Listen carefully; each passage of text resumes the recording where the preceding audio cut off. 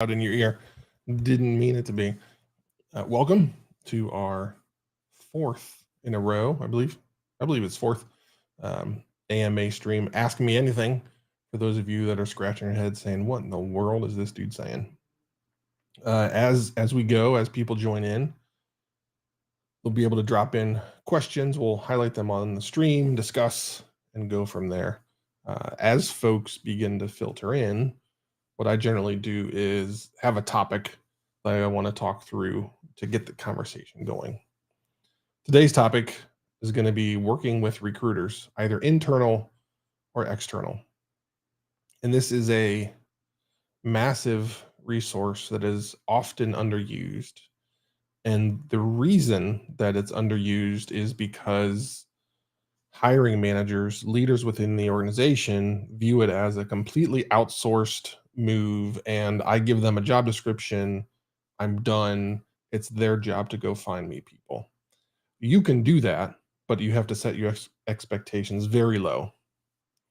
If you do that, you make it very difficult for that recruiter to go find the person that fits.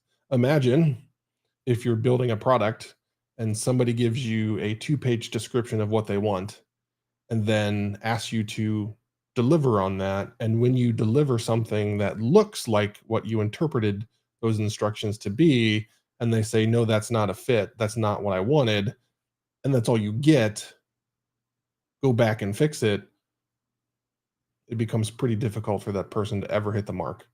So you, as the hiring manager, you as the leader have to take responsibility for ensuring that that recruiter is armed as well as possible. And that's an ongoing job, an ongoing duty that you have to maintain. First and foremost, don't just hand somebody a job description and say, this is what I'm looking for. A good recruiter will sit down with you and ask a ton of questions. So that should happen. If that's not happening, there might be bigger issues.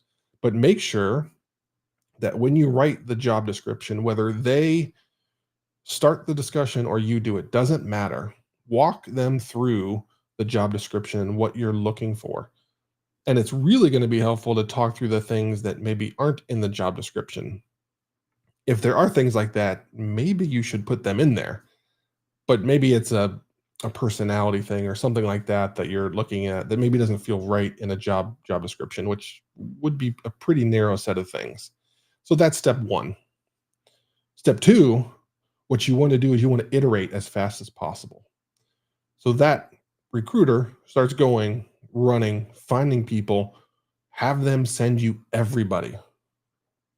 What this does is this allows you to have a dialogue with them on, okay, this person's a great fit because of X, Y, and Z, or this person isn't a good fit for these reasons.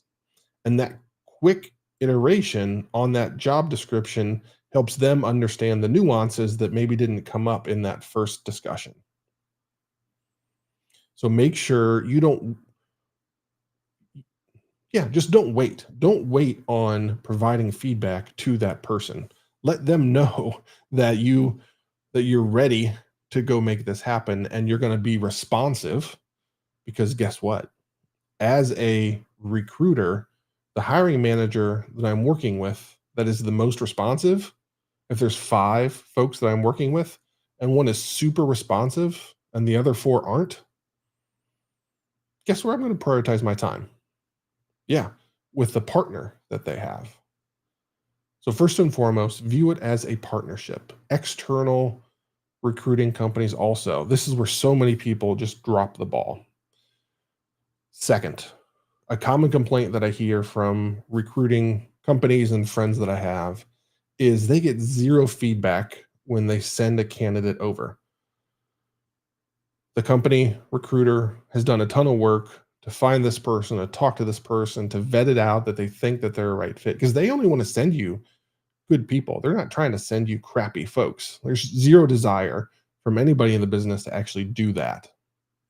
So when they send you somebody and it's not a right fit, don't respond with not a good fit or no or anything like that. Dig in, help them understand where the miss is, And then this is where I determine a good partner or not. What I expect from that point is, as I've shared with the recruiter where the miss is, I don't expect them to miss in that same spot again. If they continually miss in that same spot again and aren't retaining or applying the feedback that I've given, then I stop working with them, especially external. I go find a different company. I go find somebody that I know that the time I'm pouring into this is going to be returned. That's relatively rare. So what should happen again is you have a good dialogue of this person is a good fit or isn't a good fit, and here's why. So please find more people like this, or make sure we don't bring people in that have this experience, skill, background, whatever the issue is. Make sure it's crystal clear to that recruiter why this person isn't a good fit. If you don't provide that, how can you expect them to narrow in and get the bullseye of the perfect person that you're trying to find? So often, again, it's viewed as this like magical third party thing of, I'm paying you to go find me a person, so I expect to do very little. That's not realistic. Again, if you were on the other side of the table and someone asked you to build a product and they had that couple page thing and sent you off and kept saying, nope, this isn't right. Nope, this isn't right. Nope, this isn't right. And you're like, I would just like to know what you would like that's different. That's who you've become if you don't provide the feedback. What you'll find is that as you invest with that company or this person over time, you can get to a point, and I've done this and it is wonderful, to a point where you know when somebody sends you a candidate, you don't even have to look at the resume, because you know that the two of you have partnered and really understand what that perfect fit looks like. And you are super confident that when they bring someone, it's going to be a good fit. In fact, you get like really excited when they send someone over.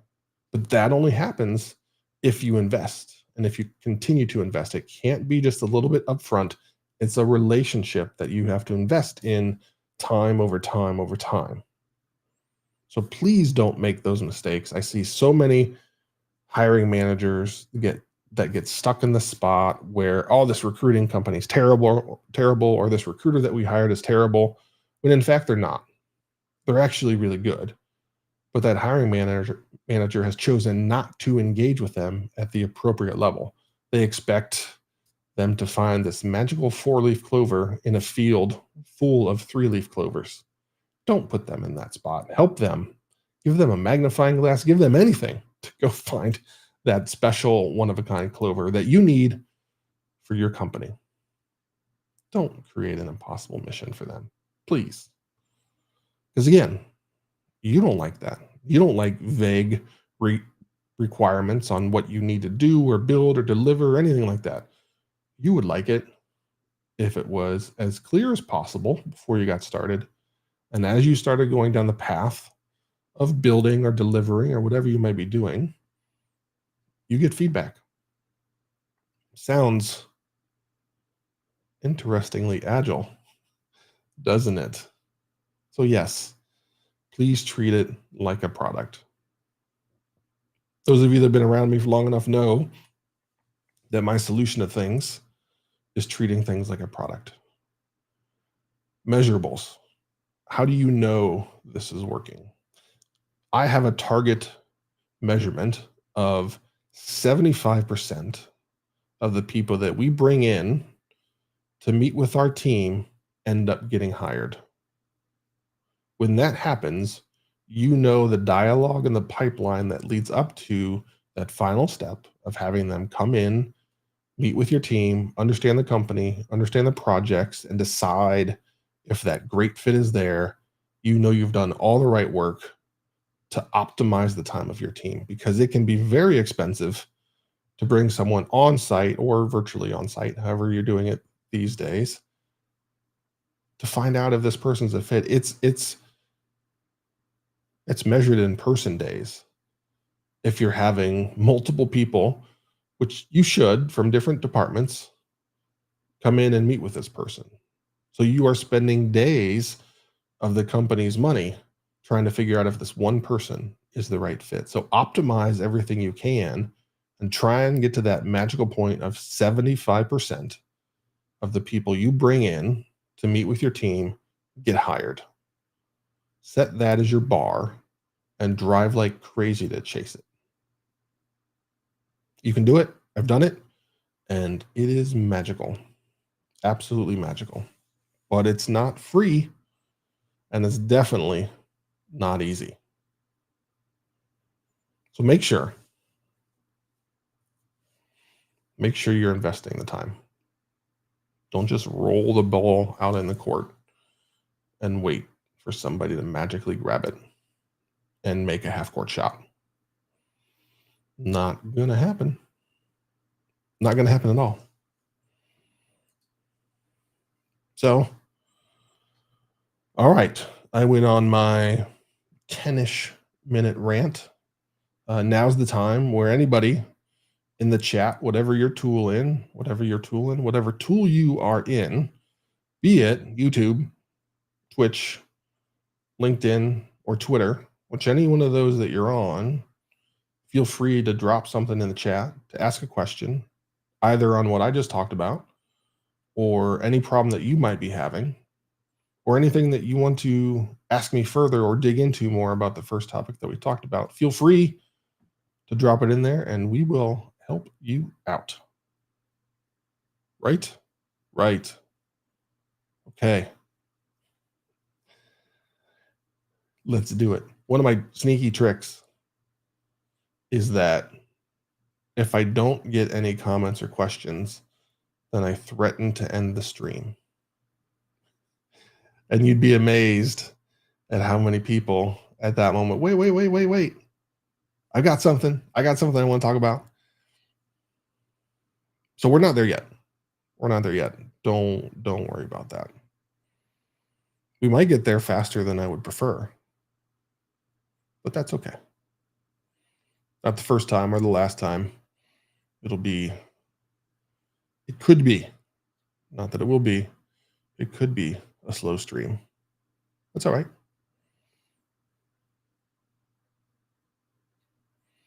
So, everyone, exciting news. Getting a real logo. The Kazi logo was handcrafted by yours truly. Purely graphical design genius there. So I've got some help. I'm excited to have the new logo come in. Got a new catchphrase. It's exciting. It captures what we're trying to do. Yeah, it's going to be good.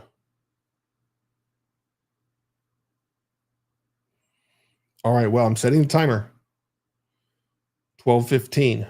That is something less than 2 minutes. My clock says 12:13. So 12:15. No questions. That means we shut it down and save it for next week.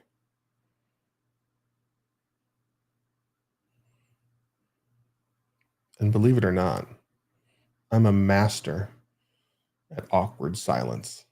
It doesn't work real well in this setting, but I'm comfortable with awkward silence. We're going to give it a shot here. Ready?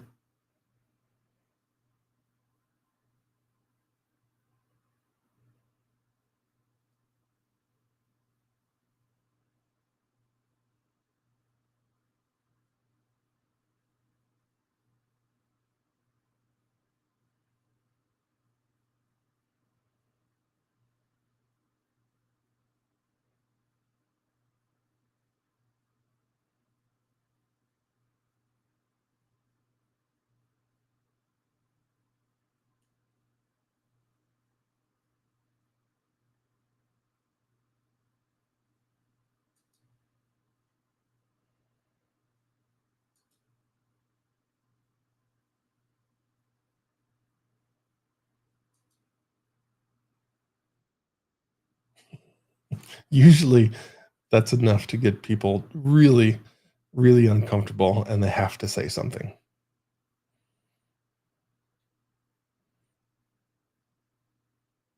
I guess not. Okay.